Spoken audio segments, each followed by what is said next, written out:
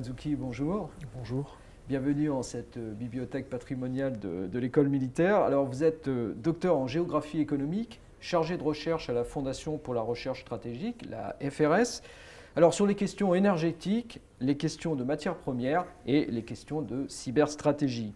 Alors, je citerai vos deux derniers ouvrages, Énergie, ressources technologiques et enjeux de pouvoir, publiés chez Armand Collin en 2017. Et puis, plus proche du thème qui nous rassemble aujourd'hui, Gagner les cyberconflits au-delà du technique, paru chez Economica en 2015. C'est un ouvrage que vous avez co-rédigé avec François-Bernard Huyghe, Olivier Kempft. Et donc, je vous remercie, Nicolas Mazzucchi, d'avoir bien voulu accepter cet entretien pour aborder ensemble donc, le cyberespace, ses réalités stratégiques, peut-être en insistant sur ce qu'on appelle la couche ou la dimension sémantique, et puis pour pointer peut-être chemin faisant les mythes que ce cyberespace charrierait. Alors nous nous situerons dans la continuité de deux articles parus sur Géostratégia, dans le cadre d'un partenariat donc, avec la FRS et avec la revue Défense nationale. Alors il s'agit respectivement des articles « Les données sont-elles une marchandise comme les autres ?» et « Russie, mythe et réalité d'une stratégie d'État ». Alors, je vous propose pour commencer de s'intéresser finalement au théâtre ou à la scène que constitue le cyberespace, ce nouvel espace universel, protéiforme, à la fois matériel et virtuel. Et il s'avère finalement, comme toute avancée technologique majeure, un Janus. Il présente plusieurs visages, il charrie des mythes, mais il porte également des réalités stratégiques. Et je dirais à la vision peut-être initiale assez irénique d'un espace de paix, de dialogue, de concertation, de création, de prospérité porté par les réseaux, a succédé un pessimisme, sinon même un scepticisme vis-à-vis d'un champ qui est propice également aux actions malveillantes, à l'affrontement, voire au conflit. Finalement, à l'instar de tous les champs que l'homme a investis, de la Terre à l'espace exo-atmosphérique, en passant par la mer et par l'air. Alors, peut-être avant de séparer ce qui relève de la réalité stratégique et ce qui relèverait davantage de la fable ou, disons, de l'hyperbole, avant donc d'aborder ces dimensions stratégiques, pourrait-on rappeler finalement la nature et l'architecture du cyberespace? Je dirais le cyberespace, ce que c'est à la fois un contenant et un contenu.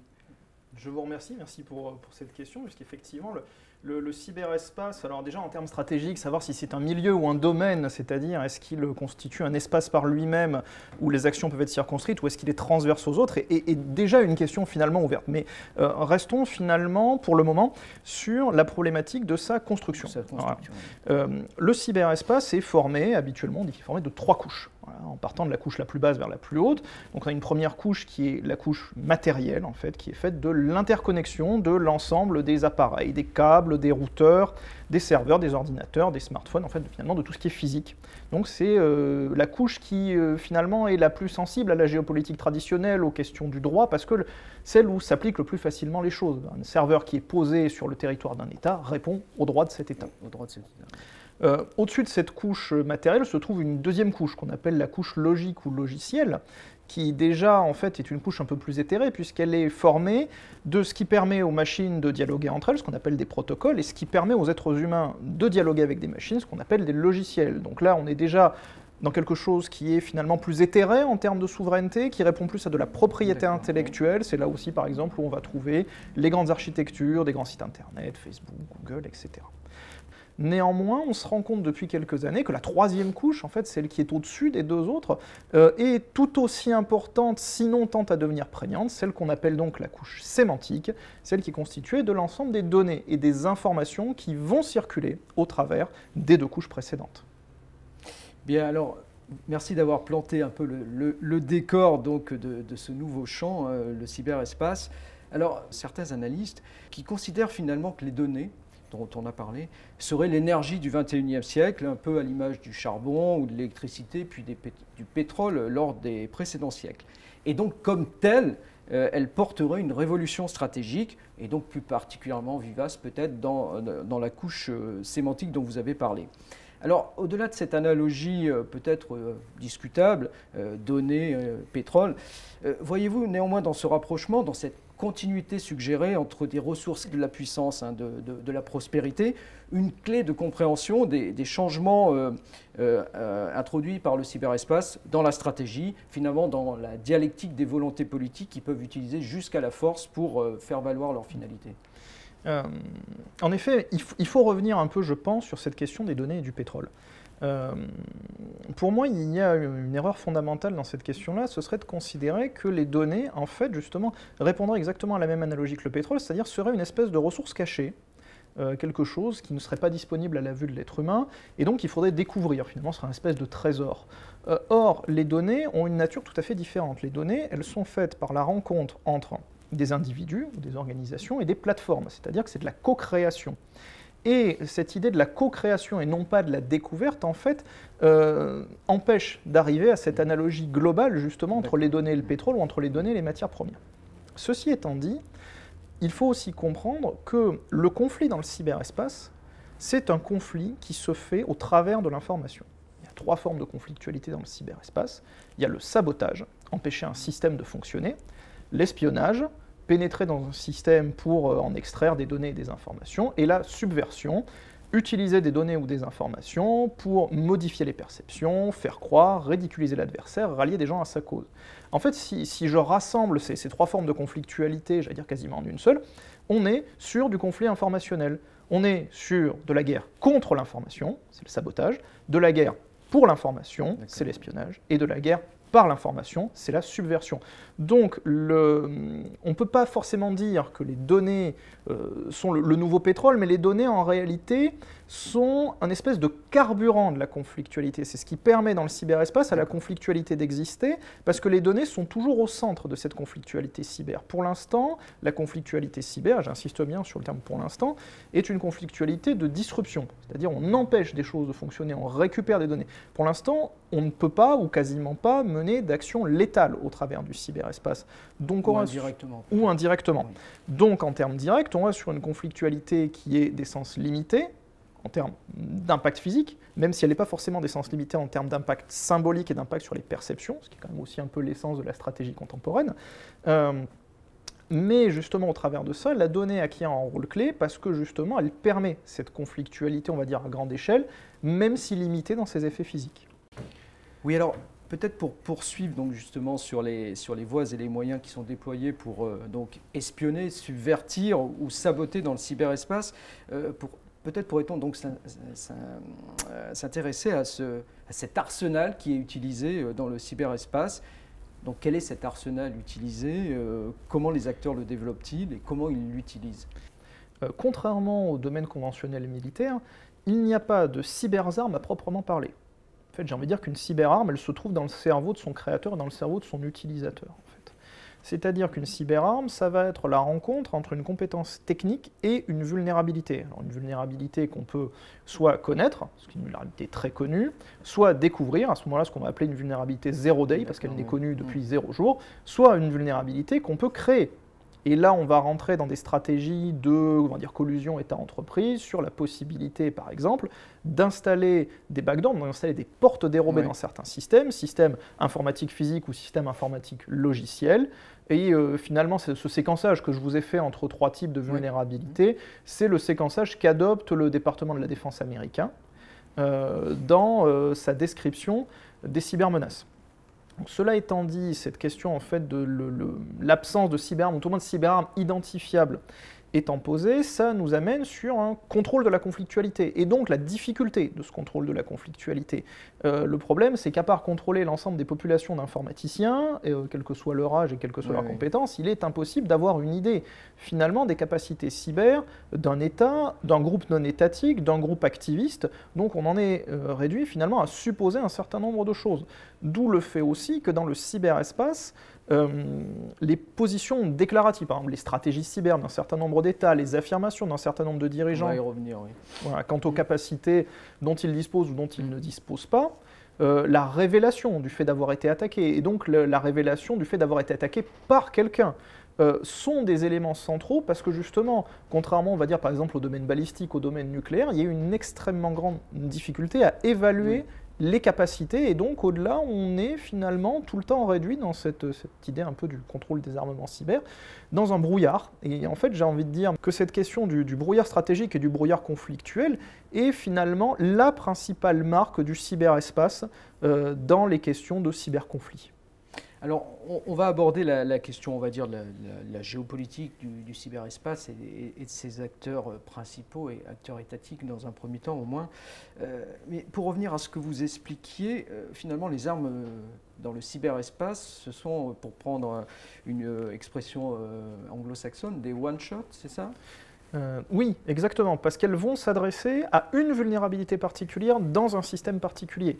Alors, selon l'importance de la vulnérabilité et selon la popularité du système, vous allez arriver finalement à une matrice qui va vous dire quelle va être l'ampleur du dégât.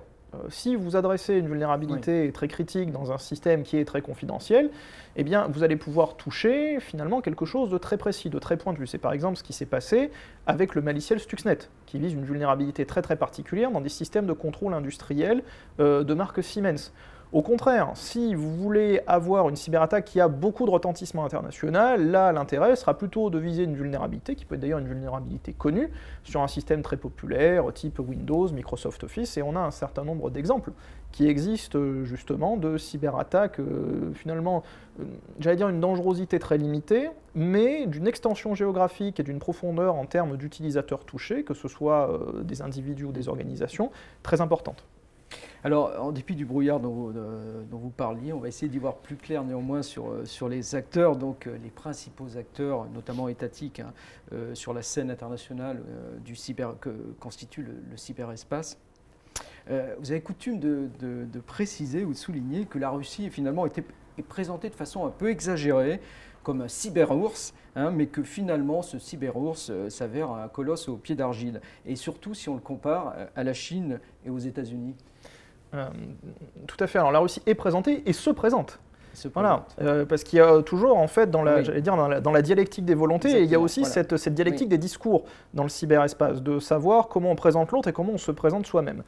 En fait, il faut revenir un peu aux origines du cyberespace de manière générale, et du cyberespace russe en particulier, pour comprendre justement d'où viennent ces vulnérabilités, et donc d'où viennent cette limitation en fait de la puissance d'action de la Russie, ou au contraire cette importance de la puissance d'action d'un certain nombre d'autres États. Le cyberespace, il s'est structuré, on va dire, de manière internationale, de manière globale, telle qu'on le connaît aujourd'hui, très majoritairement à la fin des années 80 et au début des années 90. Si on prend le cas de la Russie, on est au moment où la Russie finalement est dans un énorme marasme à la fois politique, à la fois économique, donc est dans une incapacité de peser sur des décisions internationales, et on a en Russie un cyberespace, et notamment un Internet, qui va se structurer de manière très ouverte, avec une quasi-absence de contrôle, la Russie étant un des pays au monde, si ce n'est le pays au monde, qui a le plus de points d'accès à Internet sur son territoire. Par exemple, si on prend le cas de la Chine, c'est l'inverse. L'Internet en Chine s'est structuré beaucoup plus tard, ce qui a permis à la Chine, par exemple, de n'avoir qu'un seul point d'accès majeur au cyberespace, qui d'ailleurs se trouve à Hong Kong, qui n'est même pas en Chine continentale. Donc la Russie, on est déjà sur un système qui est très poreux. En plus, en Russie, on a eu, durant les années 90, durant les années 2000, et même très récemment, mais ça je vais y revenir, des fuites de cerveau, un certain nombre de fois. De grands ingénieurs, de grands techniciens. En fait, la pénurie des ingénieurs en Russie, que ce soit dans le cyberespace ou ailleurs, c'est l'un des principaux problèmes de la Russie aujourd'hui. Donc, quand on regarde, on a un espace qui est poreux, on a des moyens qui sont limités, on a des ressources humaines qui sont limitées. La Russie, finalement, est un État qui va faire énormément de déclaratifs sur les couches techniques. En Russie, par exemple, vous n'avez pas de grand acteur sur la couche matérielle, pas de grand acteur sur la couche logicielle, on n'est pas du tout aux États-Unis, on n'est pas du tout en Chine, donc on a une forme de contrôle technique qui est finalement relativement limitée, ce qui n'empêche pas l'État russe de développer des capacités, notamment au niveau de ses services de renseignement, au niveau de ses organisations militaires, pour mener un certain nombre d'actions, mais ce qui amène aussi, parce qu'il y a justement cette limitation, j'allais dire, technique et humaine de la Russie sur les couches techniques, à surinvestir la couche informationnelle. Ce qui vous explique pourquoi, quand vous prenez le concept de politique étrangère de la Fédération de Russie, le cyberespace, c'est un espace informationnel. Ça veut donc dire que la Russie, en fait, a pris acte de sa faiblesse, a décidé, je ne dirais pas d'abandonner, mais tout au moins de limiter son action sur les couches techniques pour surinvestir justement cette couche informationnelle. Et alors donc la Chine et les États-Unis comment vous comment vous pourriez les décrire en tant qu'acteur dans le cyberespace, certainement sur les 3 couches? Alors, bien évidemment, sur les 3 couches, les États-Unis, bien évidemment, l'acteur dominant, l'acteur à l'origine du cyberespace. Il faut toujours rappeler que le cyberespace, c'est la rencontre du monde militaire et du monde universitaire, ce qui d'ailleurs aujourd'hui, quand on regarde en fait les serveurs racines de l'Internet, la plupart des serveurs racines sont ou possédés par du monde universitaire américain ou par du monde militaire américain. Donc le Pentagone, le Department of Defense américain, garde une forme de contrôle là-dessus, sur la partie technique. Néanmoins, on est sur un système assez intéressant, puisqu'on n'est pas du tout sur un système étatique, ou purement étatique par rapport à ce que je viens de vous dire, on est aussi sur un système qui est un système public-privé. Certes, les organismes étatiques américains gardent un certain contrôle technique, néanmoins, Internet, par exemple, c'est un système de droit privé. Internet, c'est l'ICANN, l'Internet Corporation for Assigned Name and Numbers, qui est une entreprise privée de droit californien. Et en fait, cette espèce de dichotomie, cette espèce de paradoxe entre un contrôle étatique infrastructurel et un contrôle administrativo-juridique qui est plutôt privé, en fait, est aussi à l'origine de cette question du brouillard, de cette question de l'incompréhension finalement et de l'incapacité par rapport à la régulation du cyberespace. Internet et le cyberespace n'existent pas au travers de traités internationaux. Ils existent au travers de liens juridiques et commerciaux par rapport au droit californien.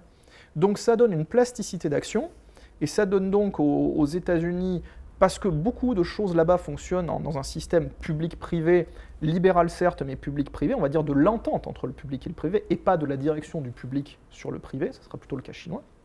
Et donc dans ce système d'entente public-privé, entre des acteurs étatiques et des acteurs entrepreneuriaux dont on voit aujourd'hui, alors non plus l'émergence, parce qu'ils ont émergé depuis très longtemps, mais la croissance de plus en plus importante, que sont par exemple les GAFAM, donc les Google, Apple, Facebook, Amazon et Microsoft, donc en fait les grands propriétaires de la donnée.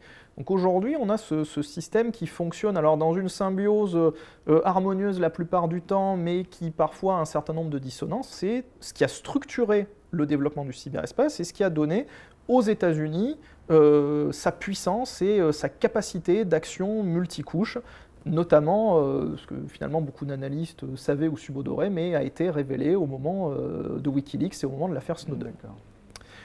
S'agissant de la Chine, alors on est sur un système qui est à la fois analogue et différent. On est sur un système public-privé là aussi, mais on est sur un système où c'est le public qui dirige le privé.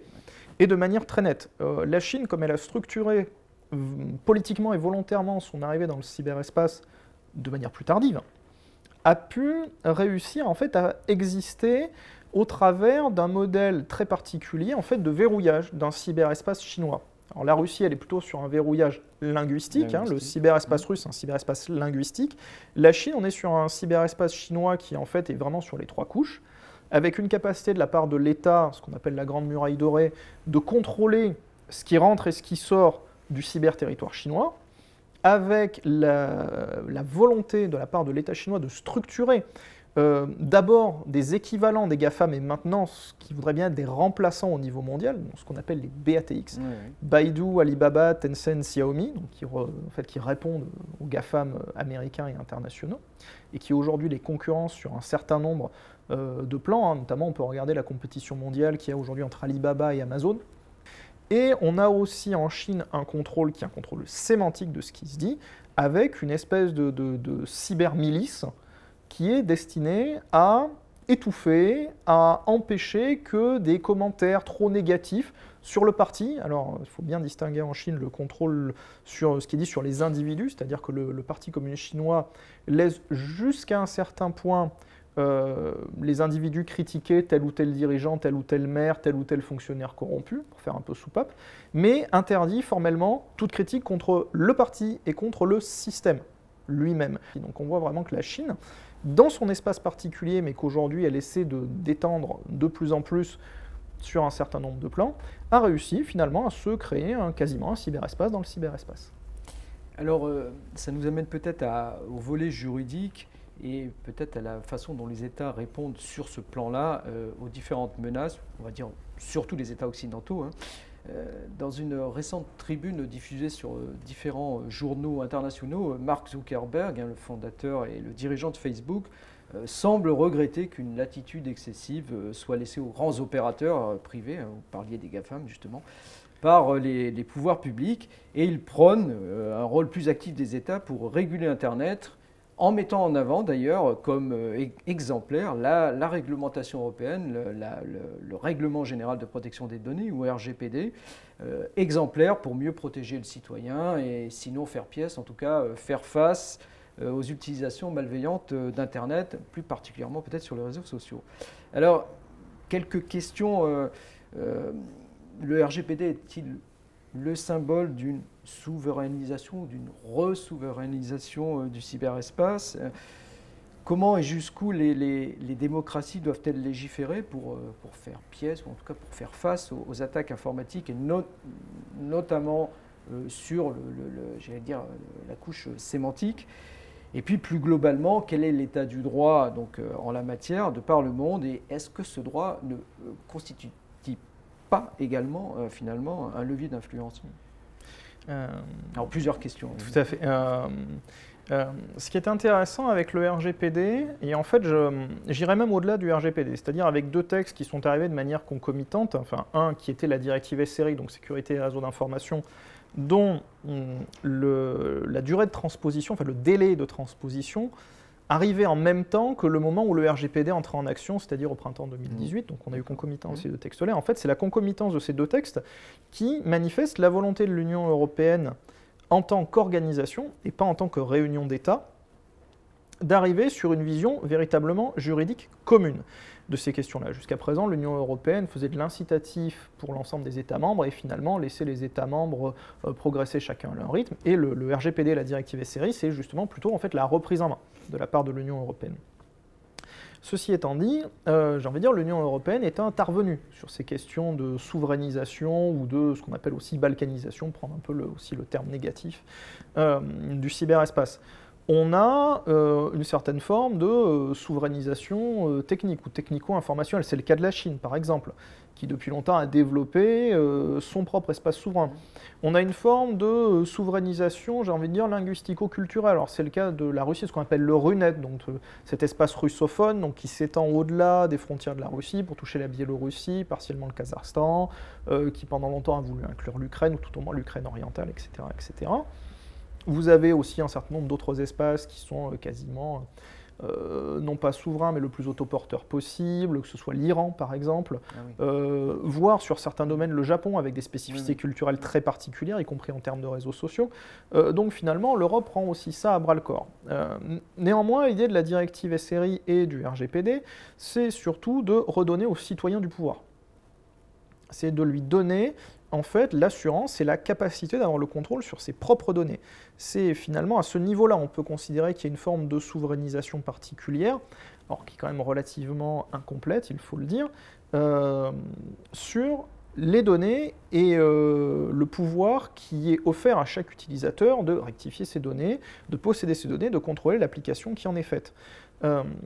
Néanmoins, le RGPD ne peut fonctionner qu'à partir du moment où on a des accords transnationaux ou transcontinentaux. Le problème, c'est que l'Europe n'est pas une cyberpuissance, malheureusement. On peut le déplorer, c'est néanmoins la réalité.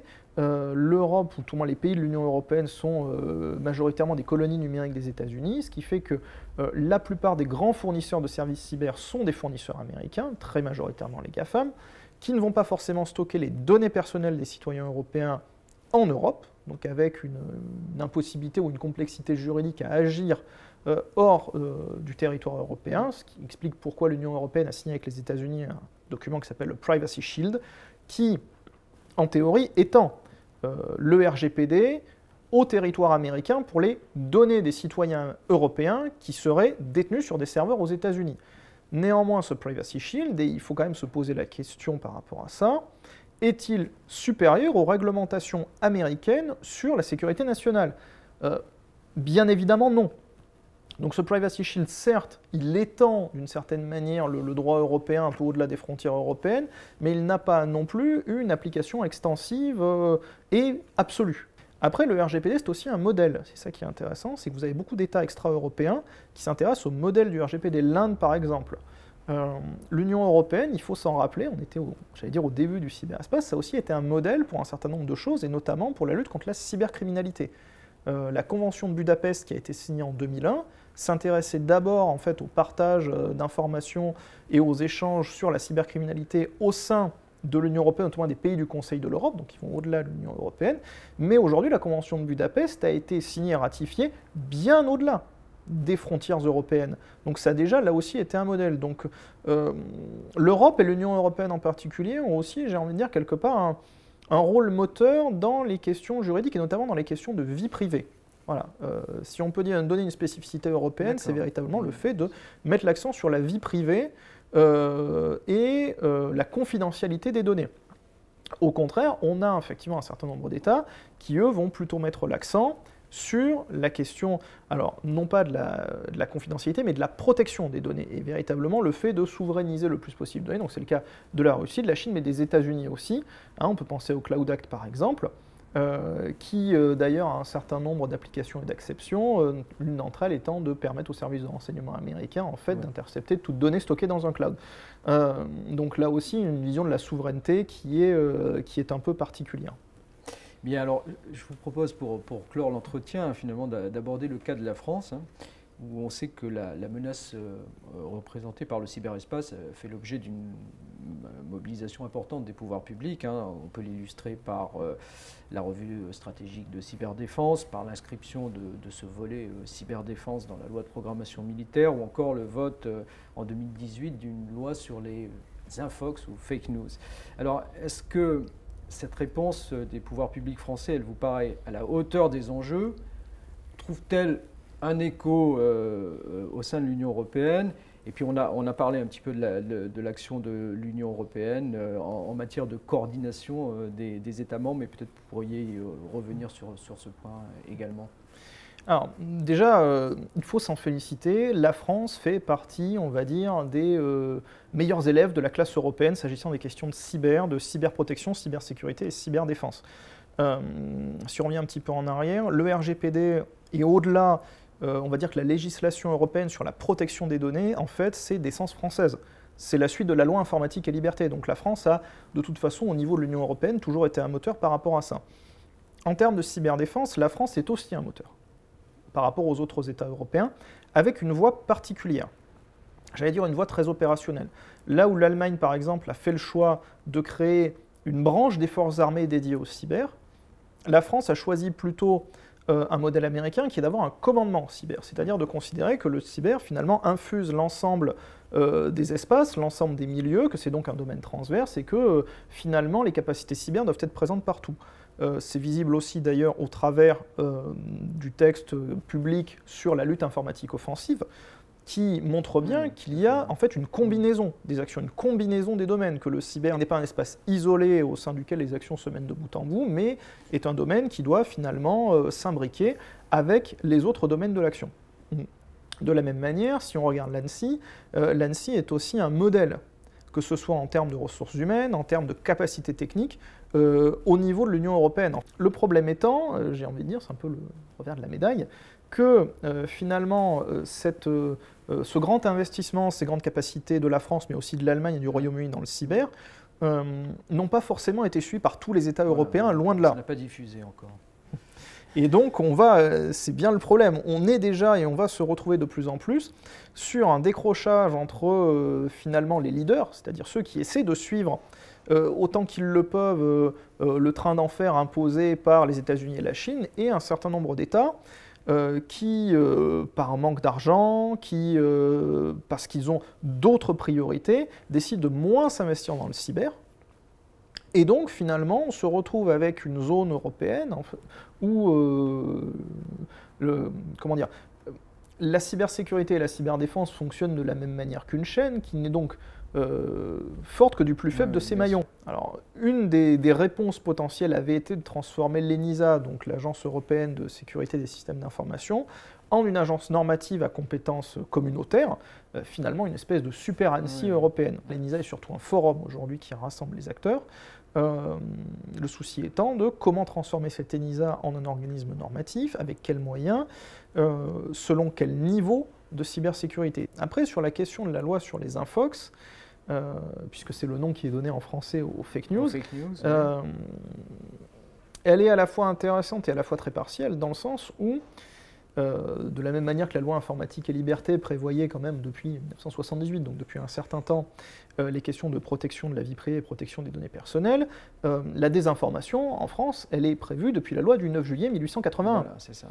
Donc la désinformation existe pénalement depuis très longtemps. Cette loi sur les infox, elle s'intéresse déjà à une période très particulière, qui est la période des élections, donc c'est finalement très circonscrit dans le temps, et avec, j'ai envie de dire, des difficultés de définition sémantique qui sont relativement complexes, puisqu'elle peut amener à des interprétations très variées et très variables. Quand on dit qu'une infox est une information qui est une information parcellaire, qu'est-ce que ça veut dire? Comment va-t-on finalement réussir à déterminer ce qui est de l'intention de ce qui est finalement de l'erreur, j'allais dire de bonne foi? On est sur aussi une très difficile application géographique. Est-ce que c'est l'adresse IP qui va faire foi, auquel cas les adresses IP elles peuvent être masquées, elles peuvent être détournées, on peut faire croire que l'on est à un endroit de la planète alors qu'on est à un autre, on peut utiliser des éléments de rebond, et dans la plupart des cas de dissémination de fausses informations, ou on va dire d'action de subversion, pour prendre un terme plus large qu'on a pu voir ces derniers temps, on était très majoritairement sur des acteurs non étatiques, ou tout au moins des acteurs se faisant passer pour des acteurs non étatiques. Donc toute la question de la dissimulation, du masquage, de la forgerie, de l'action par ce que les Américains appellent des proxies, qui est centrale dans la question de la cyberconflictualité, finalement émerge aujourd'hui dans cette difficulté juridique d'avoir des documents d'action pour répondre à ça. Le souci étant aussi, si on prend le cas de l'Union européenne, que quand on va essayer de répondre de manière précise à ces actions-là, on va aussi désigner un ennemi. Or, justement, jusqu'à présent, tout, j'allais dire, l'ADN stratégique européen, mais surtout français en termes cyber, avait été de ne pas attribuer, de ne pas désigner.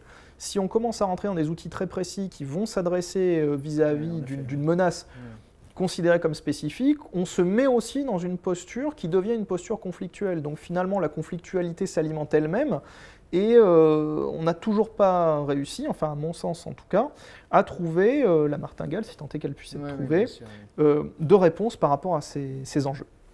Bien, Nicolas Mazzucchi, nous arrivons au terme de cet entretien. Je voudrais vous remercier pour l'éclairage que vous avez bien voulu nous donner, l'éclairage sur la complexité des réalités stratégiques du cyberespace, et puis également pour avoir pointé, chemin faisant, donc certaines des mythes qui s'y sont associés. Merci Nicolas Mazzucchi. Merci à vous.